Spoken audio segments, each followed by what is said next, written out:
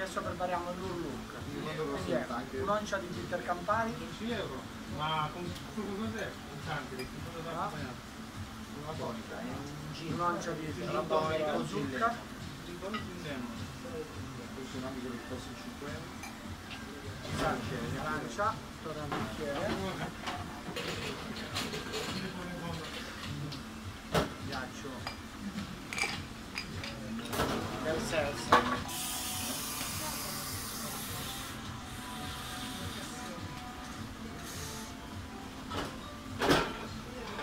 Una mescolata